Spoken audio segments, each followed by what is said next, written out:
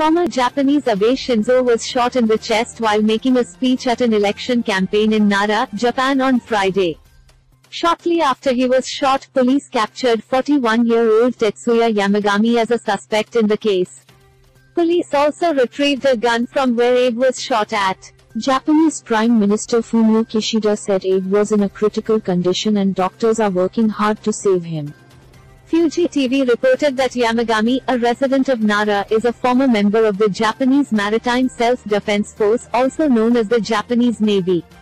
He is also said to have fashioned the gun he used to shoot Abe by hand.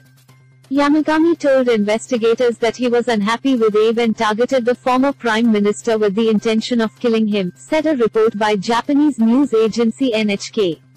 However, he said the grudge he has against Abe is not based on political beliefs.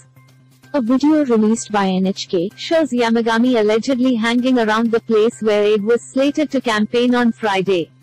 He is dressed in a grey t-shirt, wearing spectacles, and carrying a black messenger bag. Japan Times reported that 67-year-old Abe was delivering an election campaign speech on a street in Nara around 11:30 am when he was attacked from behind by an unidentified man with a shotgun.